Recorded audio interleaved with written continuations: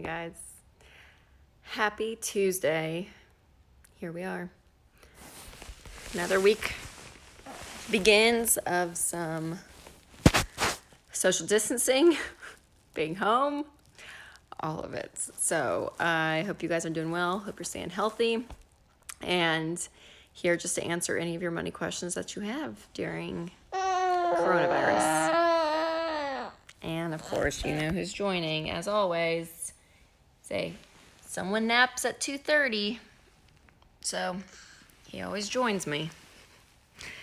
I've seen a couple of like reoccurring stuff coming up, or questions, or just like comments from a lot of parents on the fact that their kids slash teenagers are not having like a normal life anymore, of just like canceling graduation. They don't get to see their friends, like all of it. And people just asking like, what do you think? And I think it's just a weird time of life. And I think always, which I'm not a parent of teenagers, I'm a parent of toddlers and a little kid. But I feel like I've always just wanted to be honest with my kids. So I think just like not trying to sugarcoat it. I mean, not like being Debbie Downer by any means, but being like, ugh, it is sad. And like, let them be sad, right? And just kind of like let them feel that emotion.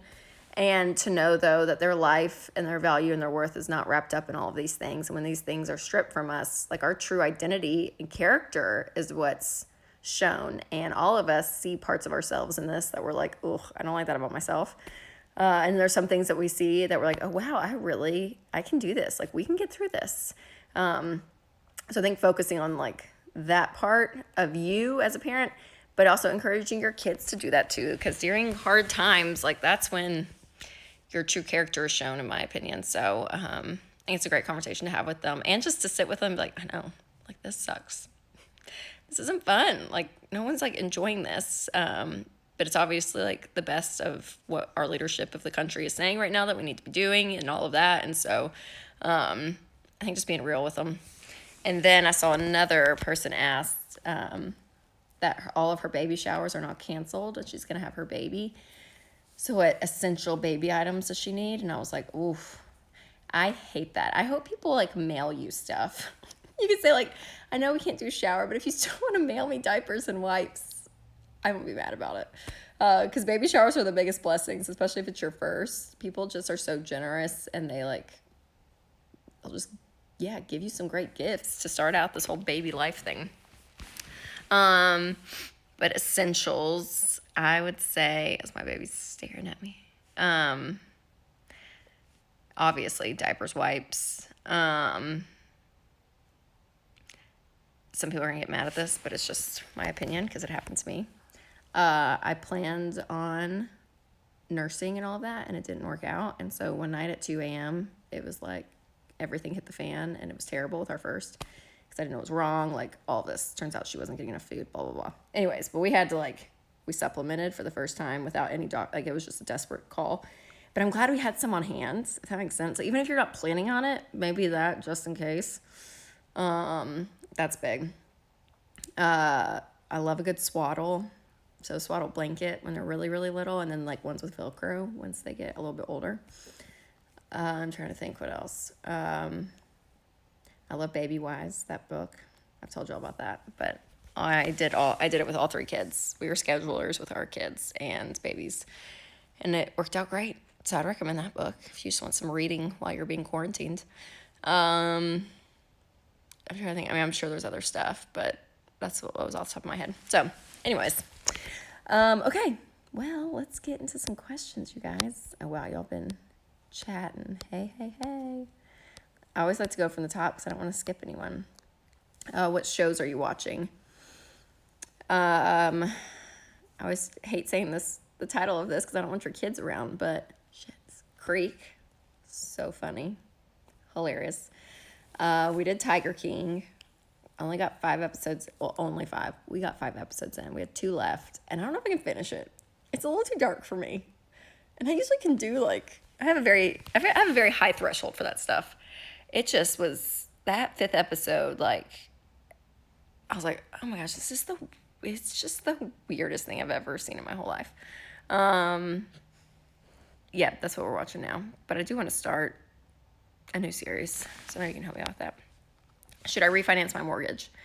Yeah, I mean, more than likely you're going to get a better interest rate than you have in the past. Mortgage rates are doing this, though, interest rates. So, like, you got to lock in a good one. Like, in the morning, it could be one, and in the afternoon, it goes up. So, like, you really have to watch it. Talk to your banker, mortgage broker, all of the things, and get communication down, get something locked in.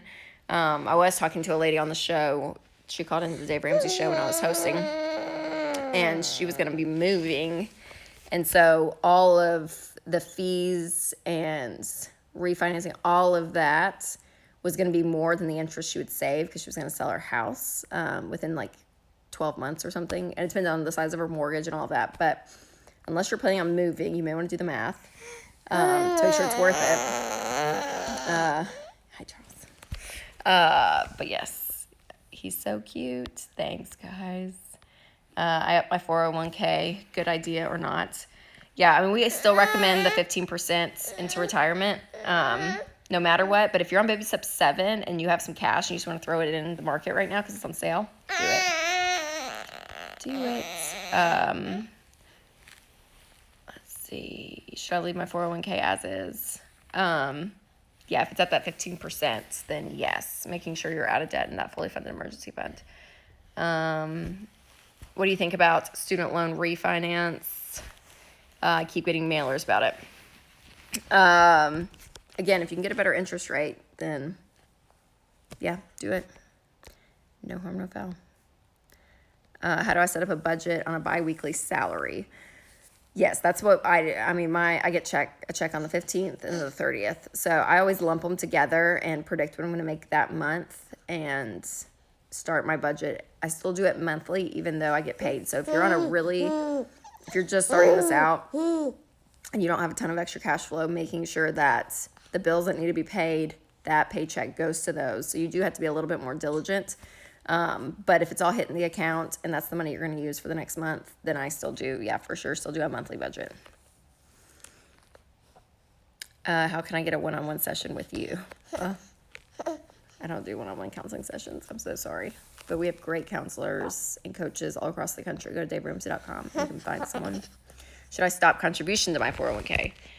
No, unless you have debt and don't have an emergency fund. If you don't have 3 to 6 months of expenses in cash and debt, then yes, pause it, finish those steps, and then contribute. But if you have no debt and an emergency fund, continue to contribute. Especially now, you guys, like, the market is down and it's scary. I get it, but you're doing this for the long term. You're not doing it for the short term. So definitely don't pull money out for sure. And I wouldn't stop because it's on sale right now. So like keep contributing because once it goes up, then you're going to get all that extra interest. Debbie is happy, not down at all. I know. Sorry. Tips for a first-time renter. Renter's insurance. A lot of people don't do that. It's so cheap. Get renter's insurance. Making sure your rent is no more than 25% of your take-home pay.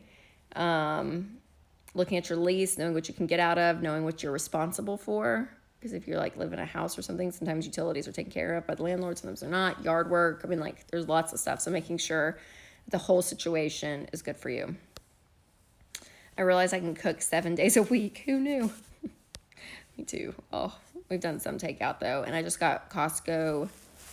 Costco does these like pre-made meals back in like their like fresh section, like by their chicken and stuff. And they're amazing, you guys. If you've not tried the Costco pre-made meals, their street tacos are amazing. And we got chicken Alfredo. So it's like this whole thing, it's made already. It's not like frozen or whatever. Like they make it there. But it's so easy and it's so good. Love it. Should I pay off $71,000 of debt? It's student loans, but I'm paycheck to paycheck.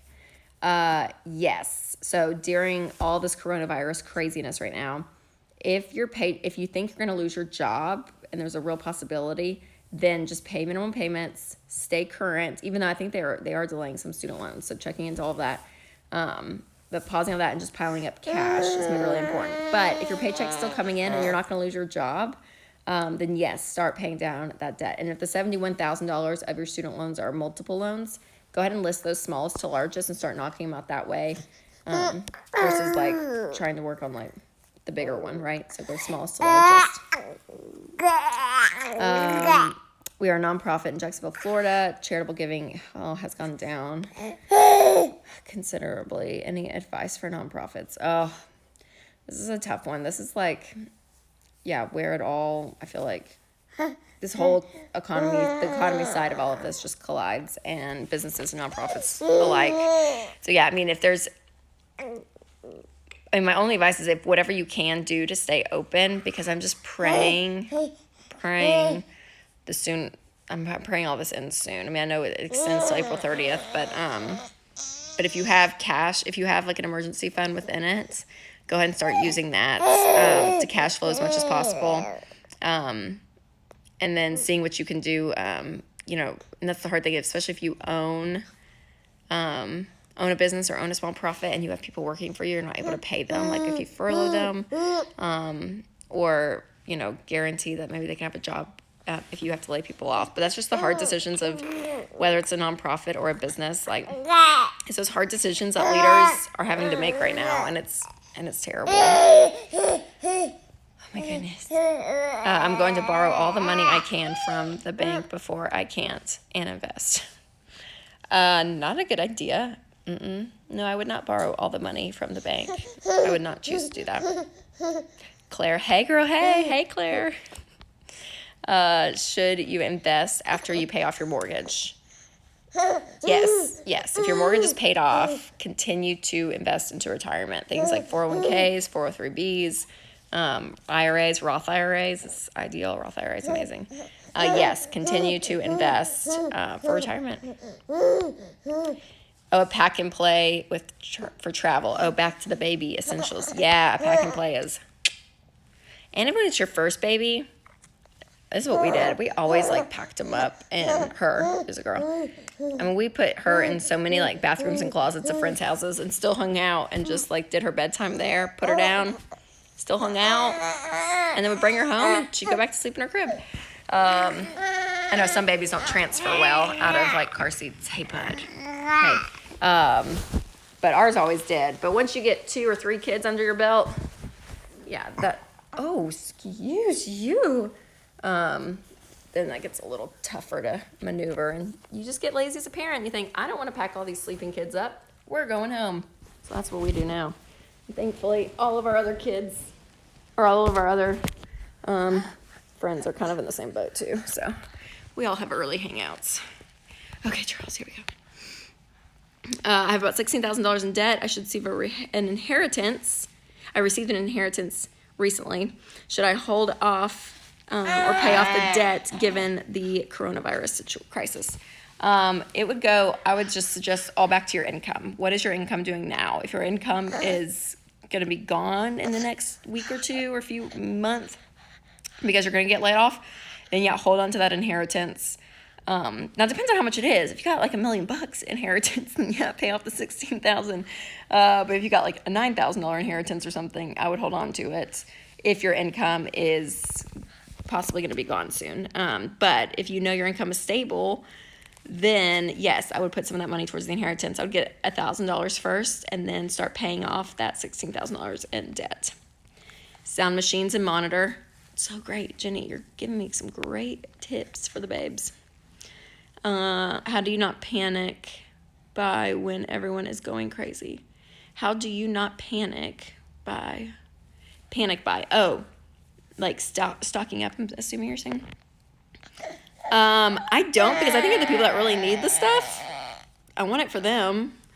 And if I need something, then I'm either going to just assume that the store has it, or I'm going to have to just change what I'm wanting. AKA, I wanted cinnamon rolls at the grocery store. They still don't have my cinnamon rolls at the grocery store.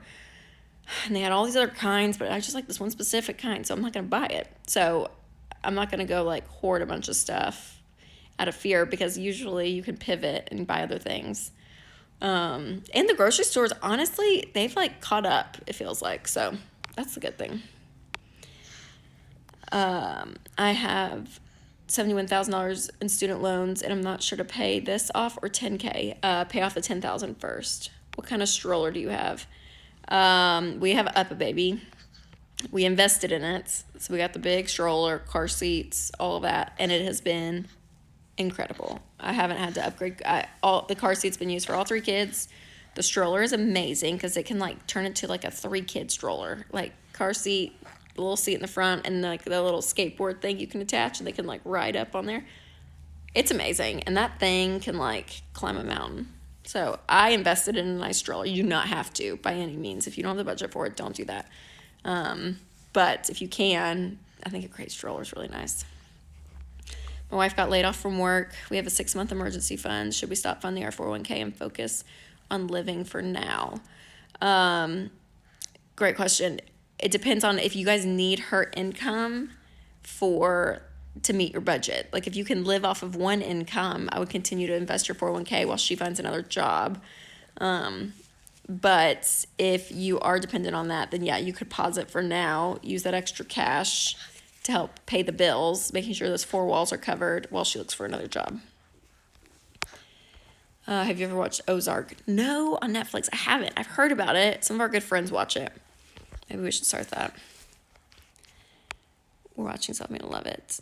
Do you like your dad? Who do you like more, your mom or your dad? That's funny. Well, that's a great question and hysterical, and I will not answer that because I don't have a favorite. Are you kidding me? I love them both in totally different ways. What should a 16-year-old whose job has cut hours to 2 days a month do? Either look for another job, get creative, start your own business, doing things. Yeah, I mean, it's hard because at 16, depending on your situation, you should be able to find something else, find another job if you're still wanting to work. None of the savings money goals work a person on Social Security disability. None of the saving money goals work. Well, shoot, I'm not exactly sure what you mean by saving money goals. I don't know if you're talking about investing, retirement, saving for short-term, long-term, 3 month of expenses, all of that. But yeah, any ability to have less cash go out than is coming in is definitely the goal. We refinanced yesterday, got 3.5 and lowered our payments, but over $100 a month. Oh, awesome. So great.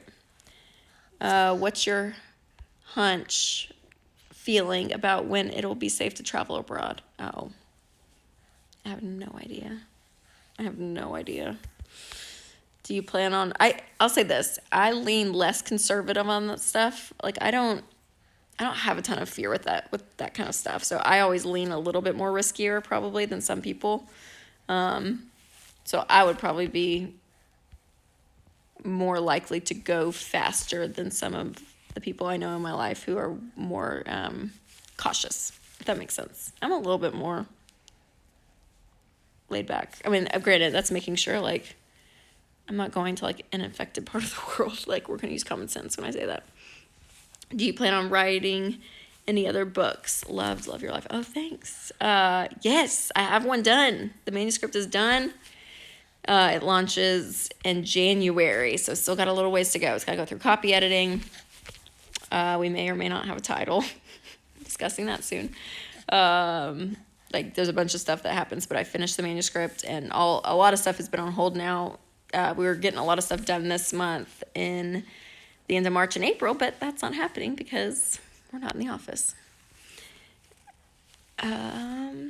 What percent of your household income should your home be?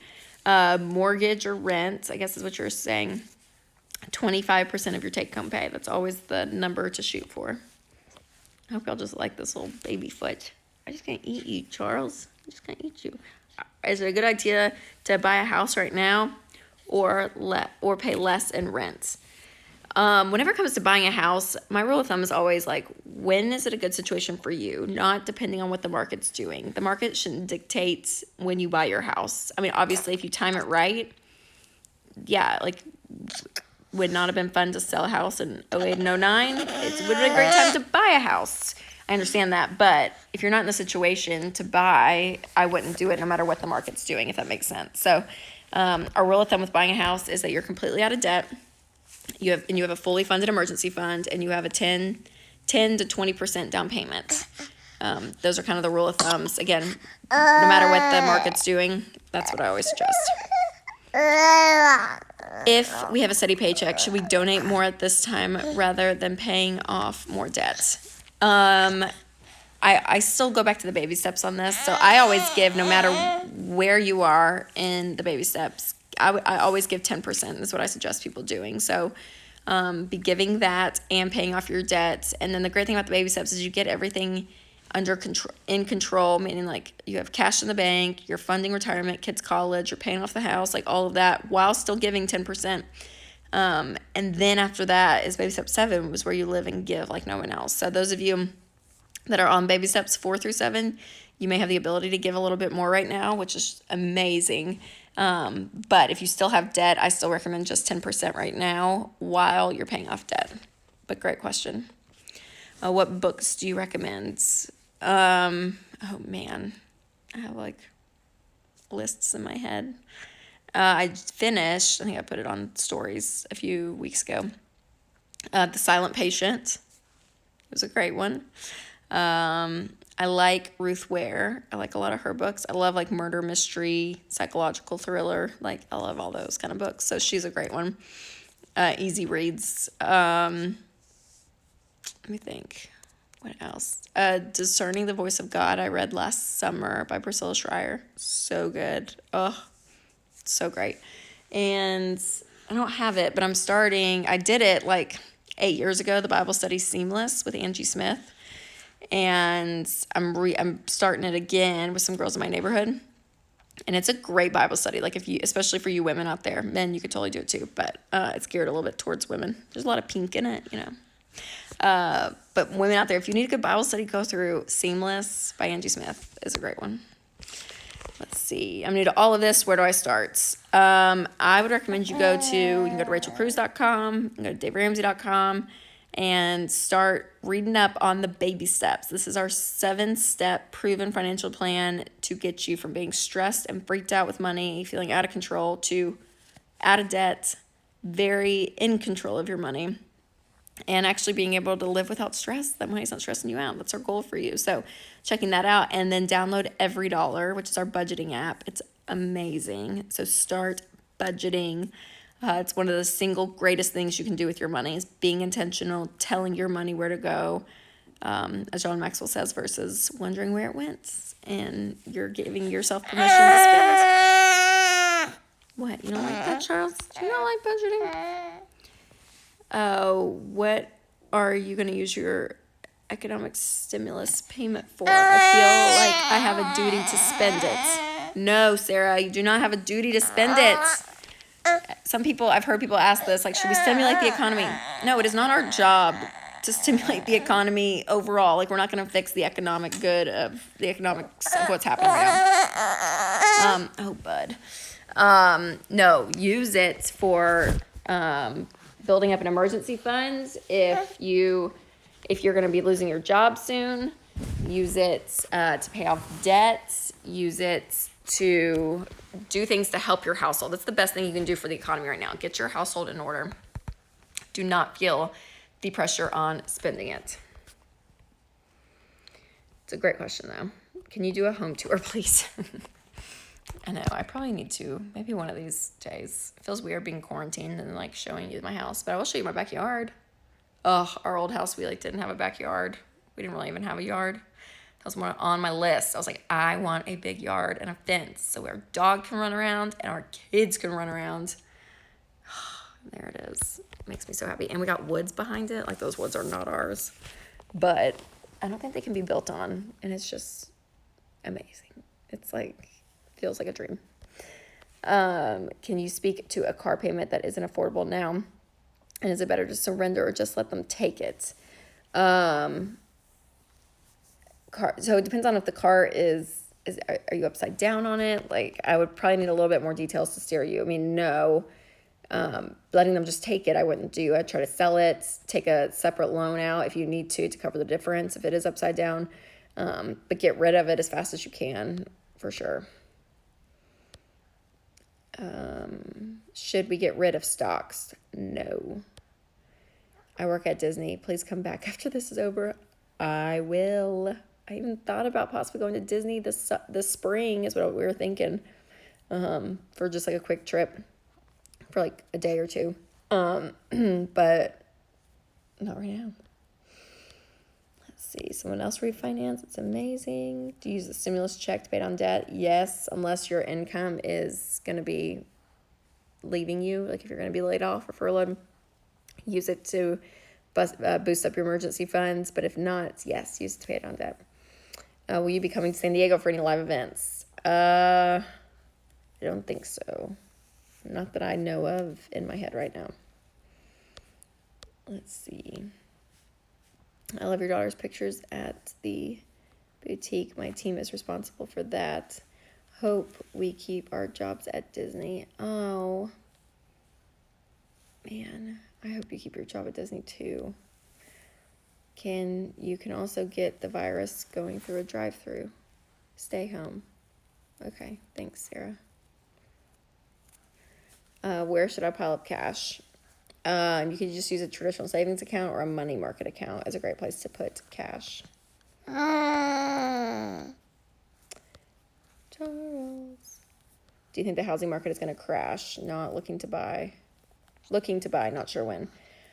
I don't think the housing market is going to crash. I mean, it could take a dip depending on how long we're all quarantined for and not working. I don't think it's going to crash, though. I mean, the 2008 housing crisis recession was caused because of the housing crisis and because the banks basically gave mortgages to people that couldn't afford it. So the whole crisis in 2008 was because of the housing market. So, of course, it went down for sure. Foreclosures and all of that. But this is so different. Again, I don't have a crystal ball, but I don't think it's going to crash. We're going to pay our high tax bill, but are self-employed and unsure of the future. Should we just put that money in savings or go ahead and pay it off? If you have a tax bill, I'd go ahead and wait till July. That's what Winston and I are doing. We have like our money saved, like earmarked the amount that we're going to owe on taxes. But since it got pushed 3 months, I just go ahead and keep that cash on hand. And then when July 15th rolls around, go ahead and pay it. Should we invest $7,000 that is above the emergency fund or keep the extra cash on hand? I mean, if you have a 6-month emergency fund, I think I would feel very comfortable then to take extra cash and investing it right now if you wanted to. But making sure that $7,000 can't, maybe it should go towards the house, paying off the house early. Maybe you use it to hit your 15% if you need anything for retirement. I'm just trying to think of like the baby steps for that $7,000. But if you're a 3-month emergency fund, then yeah, maybe keep it in just so you can kind of make it a little bit more robust, that emergency fund. But if you already have 6 months, then I'd go ahead and use it for something else, like paying off the house or funding kids' college.